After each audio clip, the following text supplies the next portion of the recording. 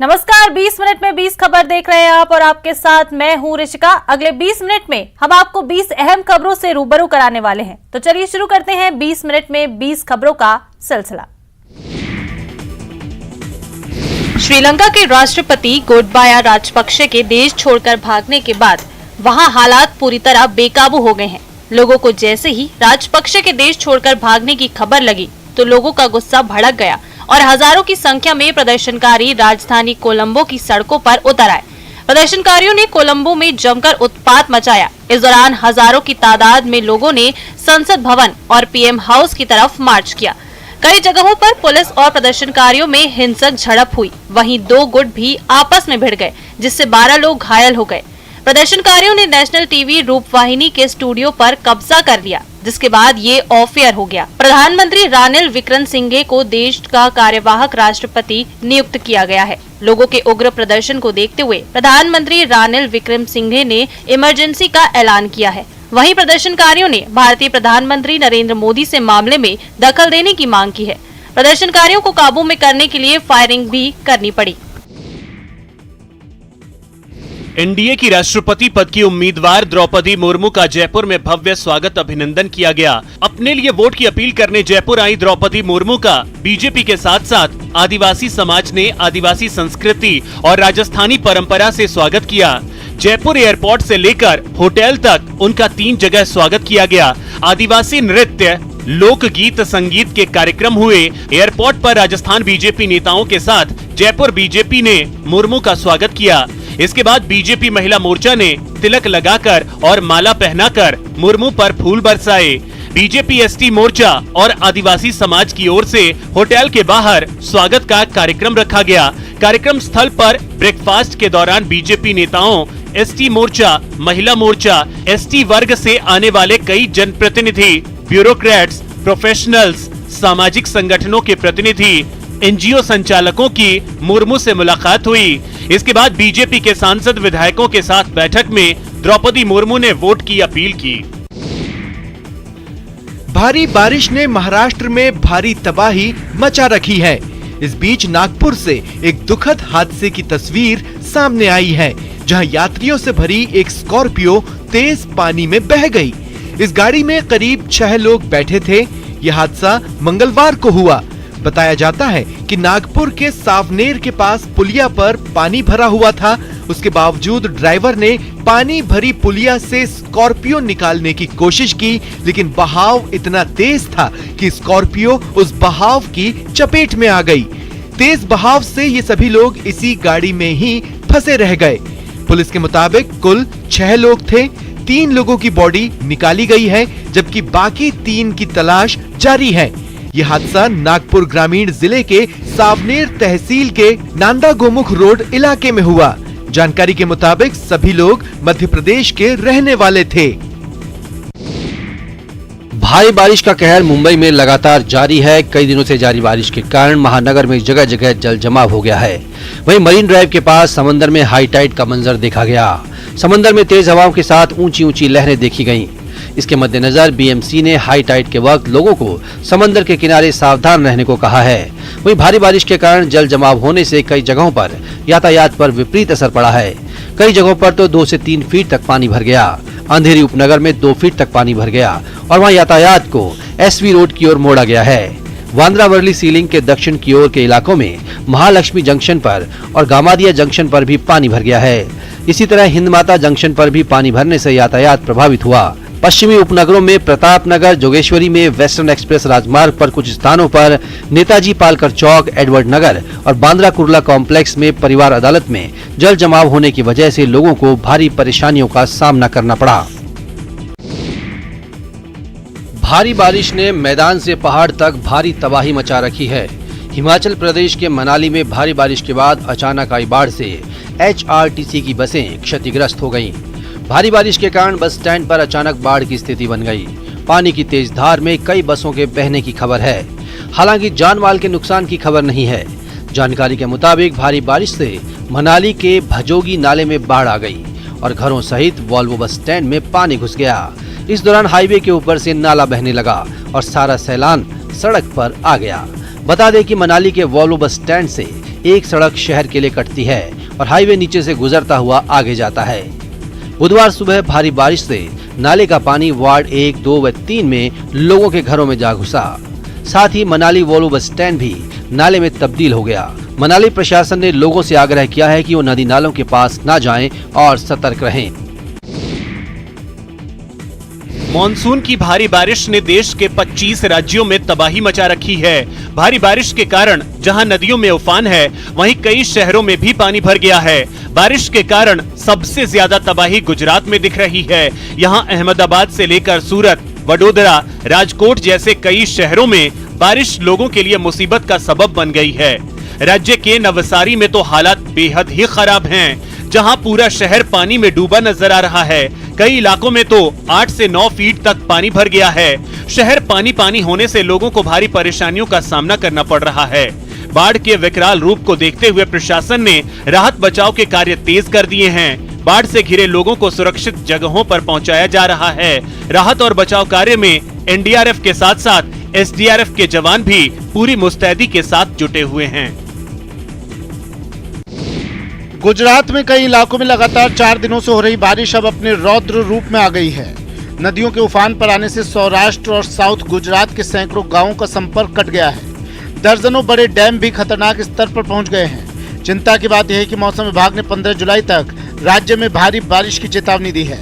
रंगपर के पास नियारी 2 डैम का जल स्तर छलकते ही डैम के 14 में से 6 दरवाजे 5 फीट तक खोल दिए गए। इस डैम का स्तर 20.67 फीट है। पानी के बढ़ते जल स्तर को ध्यान में रखते हुए दरवाजे खोले गए। उधर डैम के आसपास के निचले इलाकों को अलर्ट जारी किया गया है। वहीं आजी डैम भी ओवरफ्लो हो चुका है। इससे आजी नदी अपना तट छोड़ती जा रही है और दर्जनों गांवों के जलमग्न होने का खतरा मंडरा रहा है।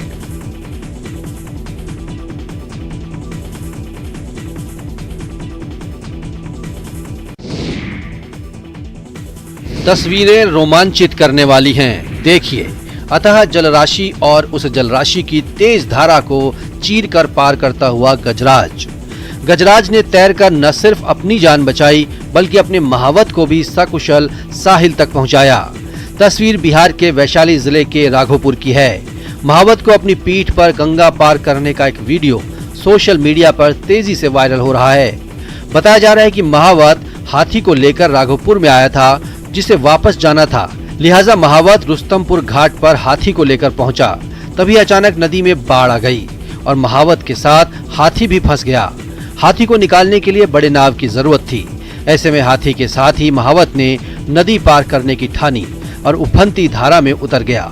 महावत हाथी का गर्दन और कान पकड़कर बैठ गया, जिसके बाद गजराज ने 1 किलोमीटर दूर नदी पार कर खुद और अपने महावत को पटना के जेठुली घाट तक पहुंचा दिया। सिरोही जिले के गांव पावटा के लोग इन दिनों बारिश के कारण बेहद ही परेशान हैं। बारिश के कारण सड़क दलदल में तब्दील हो गई है। गांव वाले काफी लंबे समय से सीसी रोड की मांग कर रहे हैं, लेकिन आधे दूर तक सीसी रोड बनाने के बाद आगे ग्राम पंचायत की ओर से सड़क पर मिट्टी डाल दी गई है, जिसके कारण ग्राम पंचायत गुलाबगंज के गाँव पावटा से गुलाबगंज के लिए बना कच्चा रोड दलदल बन गया है, जिस पर पैदल चलना तो दूर किसी गाड़ी के लिए भी निकलना मुश्किल हो रहा है। पिछले साल कच्ची सड़क बन जाने से लोगों में खुशी की लहर दौड़ गई थी। लोगों को उम्मीद थी कि ये सड़क जल्द ही पक्की भी बन जाएगी, लेकिन लोगों का सपना पूरा नहीं हुआ और अब बारिश ने तो लोगों के लिए मुसीबत ही खड़ी कर दी है। रास्ते की स्थिति ऐसी हो गई है कि छात्र स्कूल नहीं जा पा रहे हैं और उनकी पढ़ाई भी ठप हो गई है। इसे कहते हैं लापरवाही की हद। तस्वीरें बूंदी जिले के देई कस्बे की हैं, जहां बारिश का पानी सीएचसी के अंदर बने जांच केंद्र के साथ साथ मेडिकल स्टोर तक जा पहुंचा। लेकिन अस्पताल प्रशासन को इसकी खबर तब लगी जब पानी के कारण भारी मात्रा में दवाएं खराब हो गई। पानी भरने के बाद कर्मचारी दवाओं के कार्टन लेकर बाहर बरामदों में सुखाते दिखे। वहीं जांच केंद्र में भी पानी भरे जाने से अस्पताल में आने वाले आउटडोर के मरीजों की जाँच के लिए सैंपल खुले में लेने पड़े, जिसके कारण सीएचसी में आए मरीजों और उनके परिजनों को काफी दिक्कतों का सामना करना पड़ा। अस्पताल की इस हालत से लोग गुस्से में नजर आए। हालांकि सीएचसी प्रभारी सुरेंद्र सिंह मीणा बचाव करते दिखे। उन्होंने सफाई दी कि बिल्डिंग काफी पुरानी है और सड़क के नीचे है, इसलिए पानी अंदर घुस आया। जो 1 घंटे की बारिश हुई, उस बारिश में उस पूरी की पूरी बिल्डिंग में पानी हो गया था, जिसकी वजह से कल इन सभी सेवाओं के अंदर तकलीफ और परेशानी उठानी पड़ी, पब्लिक को भी काफ़ी परेशानी हुई। भरतपुर में अतिक्रमण हटाने के दौरान जमकर हंगामा हुआ। जिला प्रशासन के निर्देश पर नगर निगम और यूआईटी का अतिक्रमण विरोधी दस्ता जब आरबीएम अस्पताल के पास पहुंचा तो सड़क किनारे अतिक्रमण पर रखे लोग विरोध पर उतर आए। अतिक्रमणकारी नगर निगम और यूआईटी के जाब्ते से भिड़ गए, जिसके कारण मौके पर बड़ी संख्या में पुलिस जवानों की तैनाती की गई और फिर अतिक्रमण हटाया गया। आपको बता दें कि आरबीएम अस्पताल में नई बिल्डिंग के कंस्ट्रक्शन का काम चल रहा है और उसी को देखते हुए सामने वाली सड़क पर बने अतिक्रमण को हटाया गया है। अतिक्रमण हटाने के दौरान लोग कहने लगे कि उनकी ये जमीन है, लेकिन जब अधिकारियों ने उनसे कागजात मांगे तो उनके पास कोई भी दस्तावेज नहीं मिले। इस अतिक्रमण से सड़क काफी संकरी हो गई थी, जिसके कारण वाहनों की आवाजाही में बड़ी परेशानी हो रही थी, जिसके बाद जिला प्रशासन ने यूआईटी और नगर निगम को तुरंत प्रभाव से अतिक्रमण को हटाने के निर्देश दिए थे। देश में जम्मू कश्मीर के बाद सर्वाधिक नेटबंदी राजस्थान में ही हुई है और सर्वाधिक नेटबंदी होने की वजह से मरुधरा वासी अच्छे खासे प्रभावित भी हुए हैं। इस इंटरनेट के दौर में नेटबंदी यानी जिंदगी का थम जाना, जिस तरह रोटी, कपड़ा और मकान इंसान की मूलभूत जरूरतों में शुमार है, वैसे ही आज के दौर में इंटरनेट भी किसी मूलभूत सुविधा से कम नहीं है। श्रीगंगानगर में भी नेटबंदी का अच्छा खासा प्रभाव देखने को मिला। नेटबंदी की वजह से न सिर्फ व्यापार जगत प्रभावित हुआ, बल्कि कोरोना काल के बाद पढ़ाई ऑनलाइन प्लेटफॉर्म पर काफी हद तक शिफ्ट हो चुकी है, तो ऐसे में छात्र तबका भी नेटबंदी से अच्छा खासा प्रभावित रहा। एक और बैंकिंग सेवाएं और व्यापार जगत में करोड़ों रुपए के लेन देन प्रभावित हुए, तो वहीं दूसरी ओर आम आदमी रोजमर्रा की जरूरतों के लिए डिजिटल ट्रांजैक्शन नहीं कर पाता है।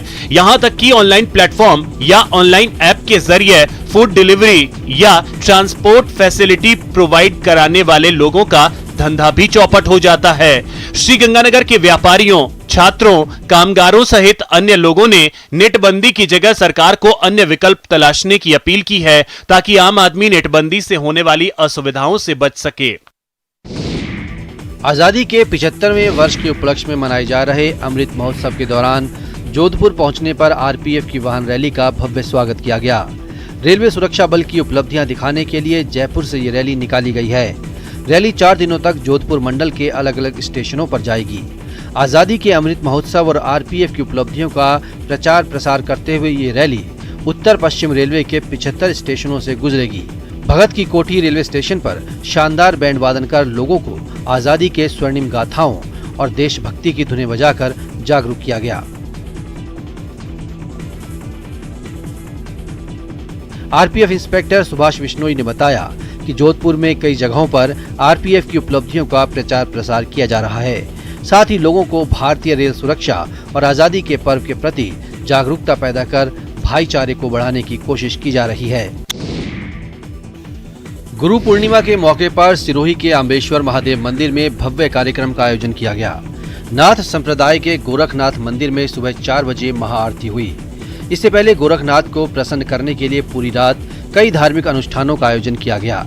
इस आयोजन में सिरोही और आसपास के लोग बड़ी संख्या में शामिल हुए और उन्होंने बाबा गोरखनाथ का आशीर्वाद लिया। कार्यक्रम का आयोजन नाथ संप्रदाय के गुरु 1008 शंभुनाथ रावल महाराज के सानिध्य में हुआ। गुरु शिष्य की इस पावन परंपरा को नाथ संप्रदाय ने संजोए रखा है। बता दें कि आषाढ़ शुक्ल पक्ष की पूर्णिमा को गुरु पूर्णिमा मनाई जाती है। आषाढ़ शुक्ल पूर्णिमा को ही महाभारत के रचयिता वेद व्यास का जन्म हुआ था। वेद व्यास को आदि गुरु माना जाता है, इसलिए ही इस पावन दिन को गुरु पूर्णिमा के रूप में मनाया जाता है। आषाढ़ी पूर्णिमा पर मंदिरों में वर्ष भर की परिस्थितियों का अनुमान लगाने की परंपरा वर्षों से चली आ रही है। ऐसी ही परंपरा प्रतापगढ़ जिले के पारसोला में भी निभाई गई। यहाँ जैन मंदिर में अनाज, नमक, मिट्टी और धान का तौल कर पूरे वर्ष में होने वाली घटनाओं का अनुमान लगाया जाता है। इस बार भी दिगंबर जैन चिंतामणि पारसनाथ मंदिर में हर साल की तरह आषाढ़ी तौल की गई। वर्षों से चल रही परंपरा के अनुसार जैन और अन्य समाज के लोग मंदिर में इकट्ठे हुए। मंदिर प्रबंधन ने मीटर भर लाल कपड़ा लिया, फिर करीब 20 ग्राम वजन के सिक्के से उड़द, कपास, मक्का, गेहूं, सभी प्रकार के धान, नमक, काली और लाल मिट्टी सबको अलग अलग तौल कर छोटी छोटी गठरिया बनाई गई। गठरियों को लाल कपड़े में बांधकर एक मटके में रखकर ढक दिया गया। फिर मटके को मंदिर में भगवान के सम्मुख रख दिया और ताला लगा दिया। तौल में कम ज्यादा के अंतर के अनुसार भविष्यवाणी की गई। मान्यता है कि अगर वजन बढ़ता है तो फसल अच्छी होती है और वजन कम होता है तो फसल खराब होती है। ये प्रक्रिया मंदिर परिसर में सालों से चली आ रही है। आपने सरकारी स्कूलों की बदहाली की खबरें तो खूब देखी और सुनी होंगी, लेकिन जयपुर जिले के रेनवाल इलाके में बना एक सरकारी स्कूल अपने नए कलेवर और प्रयोग के लिए चर्चा का विषय बना हुआ है। रेनवाल के मलिकपुरा के राजकीय उच्च माध्यमिक विद्यालय ट्रेन वाले स्कूल के नाम से प्रचलित हो गया है।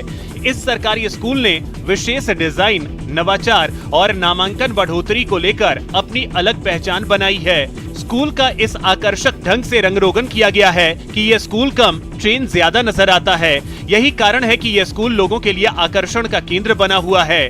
छात्रों के शैक्षणिक स्तर के लिए स्कूल की व्यवस्थाओं को देखकर इस स्कूल की हर कोई सराहना कर रहा है। इस नवाचार में भामाशाहों और विद्यालय स्टाफ ने अपना सहयोग किया है। ट्रेन वाले इस स्कूल में करीब 350 बच्चे पढ़ाई करते हैं। छात्रों को भी स्कूल का ट्रेन जैसा ये लुक काफी पसंद आ रहा है। वहीं शिक्षकों का कहना है कि छात्रों के बौद्धिक विकास और स्कूल से जोड़ने के लिए ऐसा नवाचार करने की बात मन में आई, लेकिन खर्च अधिक था। ऐसे में विद्यालय स्टाफ और भामाशाहों के सहयोग से इस स्कूल का कायाकल्प किया गया। जगन्नाथ की रथ यात्रा में दुनिया भर के लाखों श्रद्धालु शामिल होते हैं। ओडिशा के गुंदिचा मंदिर में चलने वाले 9 दिन के महोत्सव के बाद भगवान जगन्नाथ के घर वापसी आने की खुशी में रसगोला दिवासा सेलिब्रेट किया जाता है। इस बार 8वां रसगोला दिवासा दिवस मनाया गया। इस दिन खास तौर पर रसगुल्ला बनाया जाता है। रसगुल्ला के लिए समर्पित ये दिन 2015 में शुरू हुआ था। ये दिन पूरे राज्य में बड़े उत्साह के साथ मनाया जाता है। भगवान जगन्नाथ के गुंडिया मंदिर में 9 दिन के लंबे वार्षिक प्रवास के बाद ये मनाया जाता है। भगवान जगन्नाथ बहुधा यात्रा के दिन घर लौटे और मंगलवार को श्री मंदिर में प्रवेश किया, जिसे नीलाद्री विजय के नाम से भी जाना जाता है। नीलाद्री विजय भगवान जगन्नाथ के अपने भाई बहनों के साथ रथों से श्री मंदिर तक गोती पहाड़ी में वापसी की रस्म है। जब से रथ यात्रा हुआ है तब से ये रसगुल्ला का जो प्रसाद चढ़ा हुआ है वहाँ जो प्रभु जगन्नाथ जी जब वापस आते हैं रथ यात्रा से, तो वो उनके बीबी जो लक्ष्मी माँ है उनको उसका जो मतलब मानभंजन के लिए ये रसगुल्ला दिया जाता है। अमेरिकी स्पेस एजेंसी नासा ने जेम्स वेब टेलीस्कोप से ली गई पहली तस्वीर रिलीज करने के बाद 5 और फोटोज जारी की हैं। ये ब्रह्मांड की अब तक की सबसे हाई रेजोल्यूशन वाली रंगीन तस्वीरें हैं। इनमें अलग अलग गैलेक्सी से लेकर खत्म होने जा रहे तारे तक अंतरिक्ष के कई रहस्य शामिल हैं। जेम्स वेब टेलीस्कोप से ली गई पहली तस्वीर में एक आकाशगंगा समूह को देखा जा सकता है। नासा का कहना है कि इससे गैलेक्सी के साथ ही ब्लैक होल जैसी चीजों पर भी ठीक से रिसर्च हो सकेगी। दूसरी फोटो भी SMACS 0723 की है, लेकिन इस बार इसे करीब से देखा जा सकता है। तीसरी तस्वीर में सदर्न रिंग नाम के नेबुला के एक तारे को देखा जा सकता है। नेबुला गैस और डस्ट से बनने वाले बादल होते हैं जिनके बीच तारों का जन्म होता है। इस नेबुला का ये तारा खत्म होने की कगार पर है, जिससे इसकी ऊर्जा बाहरी परतों पर देखने को मिल रही है। टेलीस्कोप से ली गई चौथी तस्वीर में स्टीफन्स क्विंटेट को देखा जा सकता है। ये दुनिया का पहला आकाशगंगा समूह है जिसे वैज्ञानिकों ने खोजा था। पांचवी तस्वीर है कैरुला नेबुला की, पृथ्वी से 7600 प्रकाश वर्ष दूर। ये ब्रह्मांड में सबसे बड़े नेबुला में से एक है। इस फोटो को देखकर दुनिया भर के खगोलविद हैरान रह गए हैं। ये नेबुला किसी पहाड़ और घाटियों की तरह लग रहा है। आखिरी तस्वीर धरती से 1150 प्रकाश वर्ष दूर स्थित ग्रह की है। इसका नाम WSP-96b है। इंग्लैंड में खेले जा रहे वनडे सीरीज के पहले मैच में इंग्लैंड को 10 विकेट से रौंदकर भारतीय टीम ने इतिहास रच दिया। 48 सालों में ये पहला मौका है जब भारत ने इंग्लैंड को 10 विकेट से हराया है। भारत ने अंग्रेजों के खिलाफ 1974 में पहली बार वनडे मुकाबला खेला था। भारत ने इस मैच में टॉस जीता और पहले गेंदबाजी का फैसला किया। रोहित शर्मा के इस फैसले को भारतीय तेज गेंदबाजों ने अपनी सटीक और धमाकेदार गेंदबाजी से सही साबित किया और इंग्लैंड की मजबूत बैटिंग ऑर्डर को तहस नहस कर डाला। भारतीय गेंदबाज कैसी गेंदबाजी कर रहे थे, इसका अंदाजा इस बात से लगाया जा सकता है जेसन रॉय, जो रूट, बेन स्टोक्स और लिविंगस्टोन अपना खाता तक नहीं खोल पाए। जैसे तैसे इंग्लैंड की टीम 25.2 ओवर खेल पाई और 110 रन पर उनका पुलिंदा बंध गया। ये इंग्लैंड का भारत के खिलाफ वनडे मैच में सबसे कम स्कोर है। मैच में खौफनाक गेंदबाजी करते हुए जसप्रीत बुमराह ने अपने करियर की बेस्ट बॉलिंग की और 19 रन देकर 6 विकेट चटकाए। वहीं मोहम्मद शमी ने 3 और प्रसिद्ध कृष्ण ने 1 विकेट लिया। जवाब में भारत ने 18.4 ओवर में 114 रन बनाकर मैच जीत लिया। रोहित शर्मा ने 58 गेंद में नाबाद 76 रन बनाए, जबकि शिखर धवन ने 54 गेंद में 31 रन की पारी खेली। भारत की ओर से सभी 10 विकेट तेज गेंदबाजों ने लिए।